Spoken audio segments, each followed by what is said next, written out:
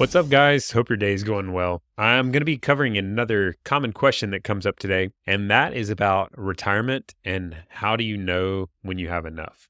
I think this is probably the most common question, at least around like investing that people have. And there's a lot of different ways to calculate it, there's a lot of different rules of thumb, and there's a lot of misconception. And so today I'm going to go through one of the most common rules of thumb. And if you've heard me for a while, I'm not the biggest fan of a rule of thumb, but this is a pretty good one. It's good to understand the rules of thumb. There is some benefit of using rule of thumb. And then when you understand it, you can start to apply it to your situation. And sometimes you'll skew one way or the other based on your circumstances. And that's where that's where we really are after, is to personalize it to your situation. So we're going to be talking about determining some ideas for how you might determine how much you need to retire.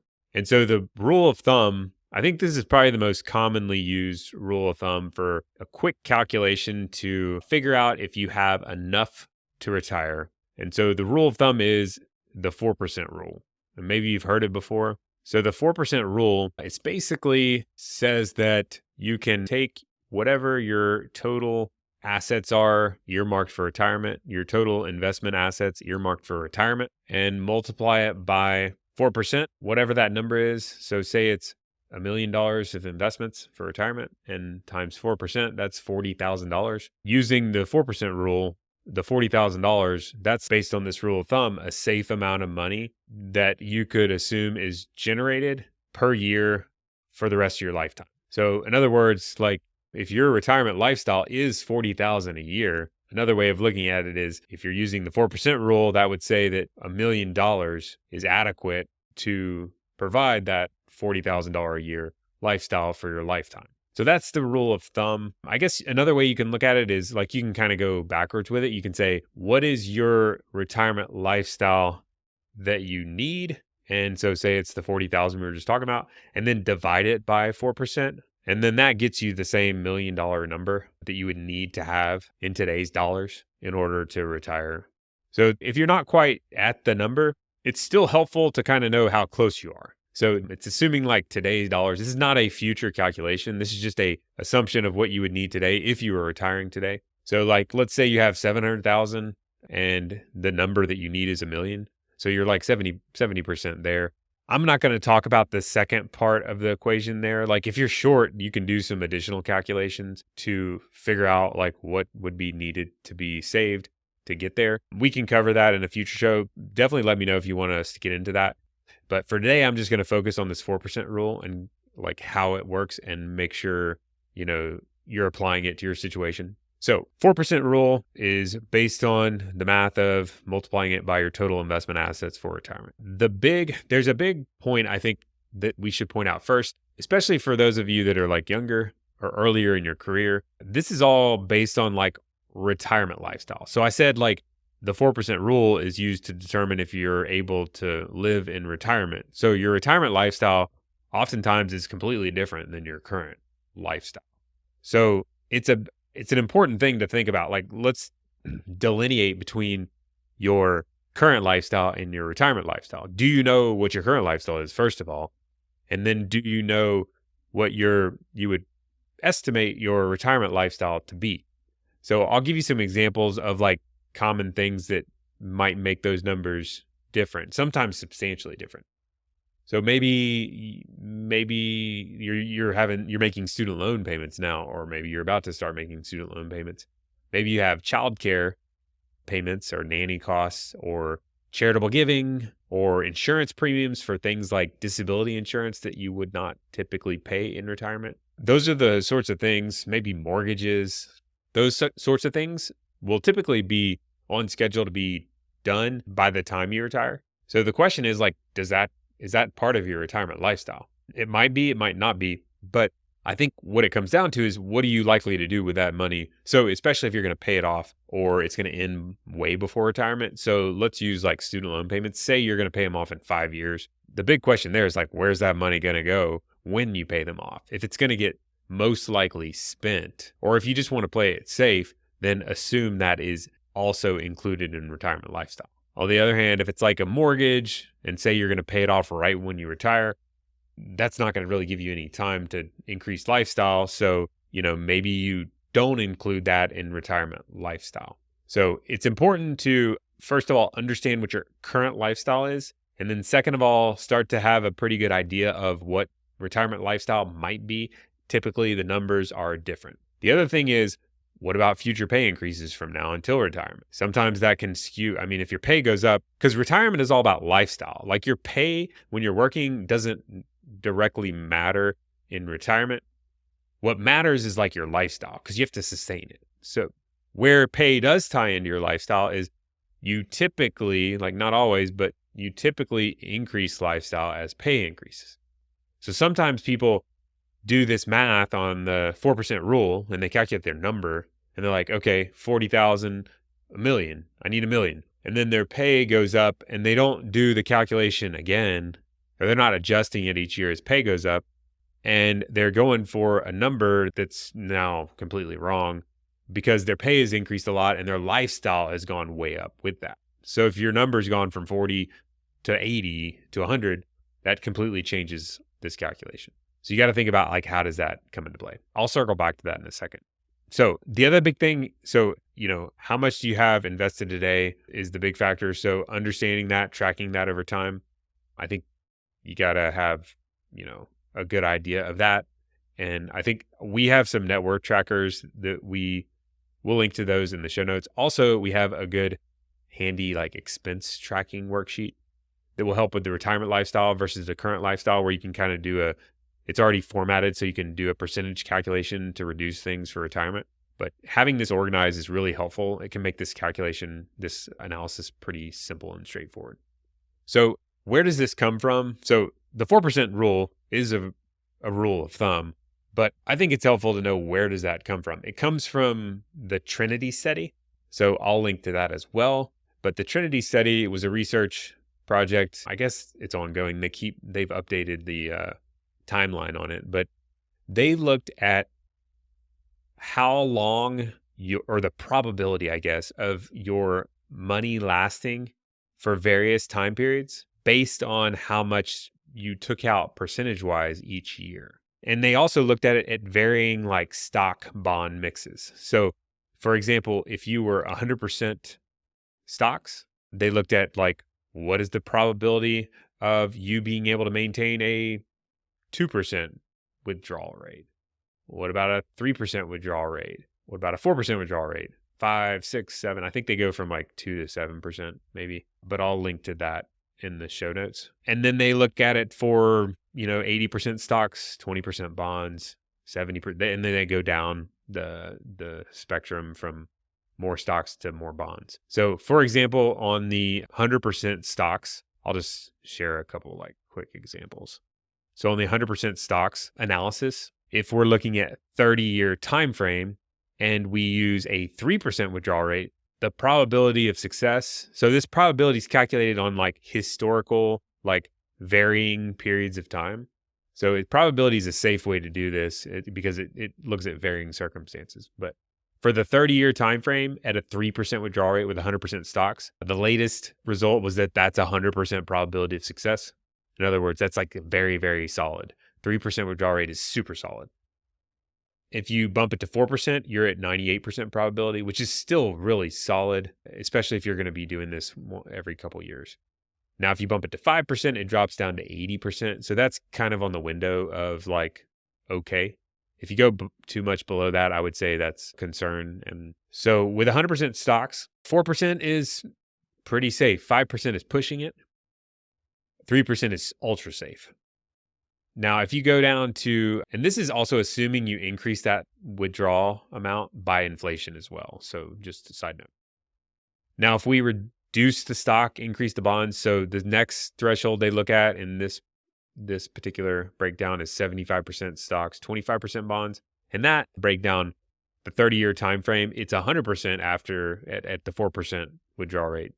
So it's a touch better than the 100% stocks. And you can see, like, if you look at this chart, like the general consensus, I guess if you're strictly looking at it from a probability of success standpoint, like in most of these stock bond mixes, 4% works well. It's very, very high. Unless you have like a whole bunch of bonds, like 75% bonds starts to become concerning. If you're 100% bonds, it doesn't work for 30 years. But I don't know why you would have 100% bonds for 30-year time frame. That doesn't make much sense. That's a separate conversation. But if you're having a decent amount of equities, 4% works very, very well. That's where the rule of thumb comes from. Now, and you could actually, 5% works most of the time, especially if you have at least 75% stocks. And if you have 100% stocks, you can maybe, depending how the outcome is, like probably even go a touch higher. But like so rule of thumb wise, it's a safe rule of thumb to say like, let's plan on 4%, as you can see from these percentages. What's important, a little side note on this too, is the study also looked at like the ending wealth at the end of the period for the varying scenarios, like the average or the median, I guess, the median ending wealth at the end. And what's interesting about that is the highest wealth numbers on the median are for the highest stock percentages. In other words, if you're 100% stocks, your median outcome is going to be a higher number than 75% stocks or 50% stocks. So you end up with more wealth at the end, the more stocks you have. So maybe you're looking at two scenarios, like you're looking at the 75% stock one and you're like, oh, that kind of looks like more or a better percentage outcome, maybe. I mean, you could interpret this if you're just looking at percentage outcome. I think the percentage numbers are slightly higher in the 75% stock, 25% bond, comparing them together. But from a ending wealth standpoint, the numbers for the 100% stocks are substantially higher than the 75% stocks. And that makes sense to me. Basically, the more risk you take, the more, on average, wealth you end up with. Now, there is a slight effect on probability. Like it can be that it's so volatile in the 100% stocks that it starts to affect your probability of success, but it's a relatively small effect. So that's the Trinity study. 4% is a very solid, I think, generally speaking, rule of thumb to use. But we're going to talk about some of the limitations of this next. So biggest limitation, well, any of these rules of thumb or investment analysis, they typically have to rely on past data. So there's always going to be that limitation. We're using historical stuff. So nobody knows the future. There's uncertainty in the future, and the future could look completely different. So the past is, one of the best things we have, but there is uncertainty in going forward. It's also kind of going off this assumption that you do this calculation once and, you don't really ever do it again, because it's saying, okay, what's your probability of success, now for 30 years from now? And so I have seen, so it's kind of this, it could be viewed as like a one-time calculation you do and then you're good.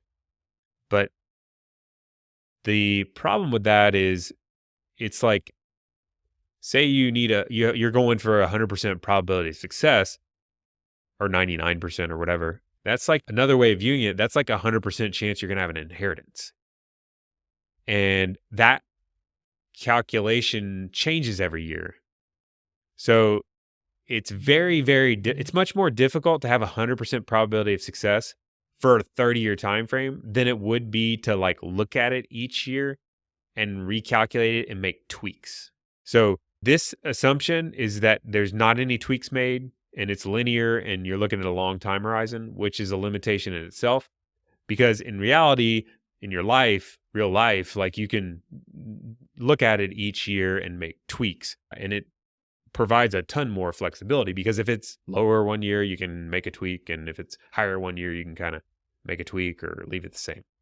Also, it doesn't include taxes or fees or expenses. That's one of the reasons like our planning firm charges flat fees directly to the clients. We don't charge, most financial planning firms charge asset-based fees.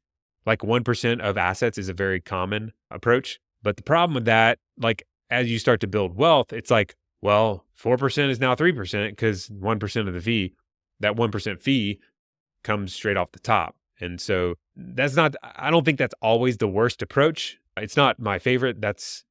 I don't feel like that's the best way to do it. But if you are doing it that way, you just need to take that into consideration. Like, don't use a 4% rule of thumb, use a 3% if you're paying 1% fees. Also, taxes can have a big impact. I mean, I guess if you're 100% Roth IRA for this investment balance we're talking about, then that would actually translate to where it's going to work and you don't have to worry about taxes because it's all going to be tax free if you're keeping it till retirement. But in most cases, you have some pre-tax, like that will get taxed when you take it out. You have some Roth, you have some taxable, like stuff that gets taxed along the way. So there's all kinds of different tax treatments of your assets. And so that almost always has an effect on this, and it will lower the net percentage that you get. So it's worth considering that in using, in coming up with your specific. So the more you have in Roth, that's going to have less effect. The more you have in stuff that's going to get taxed, like pre-tax money, like 401ks, pre-tax or traditional 401ks, the more effect it will have on that percentage. It's also capped at a 30-year time frame. So if you're like early financial independence type, maybe you're going for financial independence at 50. It's like there's a pretty good chance you live 40 more years or maybe more. So 30 years is not enough. And so you can either do your own calculations or you can scale that percentage down a little bit. Like maybe you're going to use 4% but maybe you're retiring early, so you want to use 3% just because it's a longer time horizon. It also doesn't really incorporate lifestyle changes well. I mean, that's just the nature of life changing. Life changes in general are just not incorporated well. I'll circle back to that in a second, but it's important. There's like an easy solution to that, but it's just one of the considerations to think about.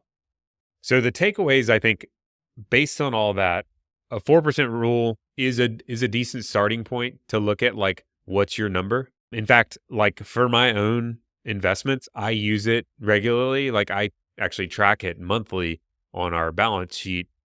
Just like I have an automatic quick calculation to show like how close we are to that number. It's a great way to get a quick check on like how you're doing relative to the retirement goal and have progress.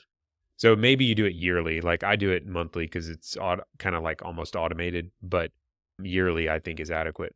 You need to make sure you're incorporating taxes and incorporate how you're investing. So if you're all stocks versus all bonds, like if you're all bonds, 4% is too much. And that's a separate thing. Like I said, you probably shouldn't be all bonds, but that's a separate conversation.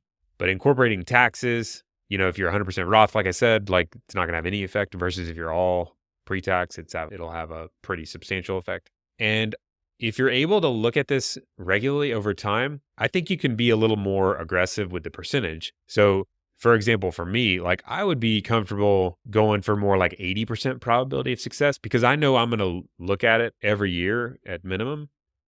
And I know I can make tweaks. So 80% probability to me is fantastic for that long of a time frame. And by using 80%, I can get a little more aggressive, like it's going to happen sooner. I can use a higher withdrawal rate. Maybe I go to 5% withdrawal rate before taxes.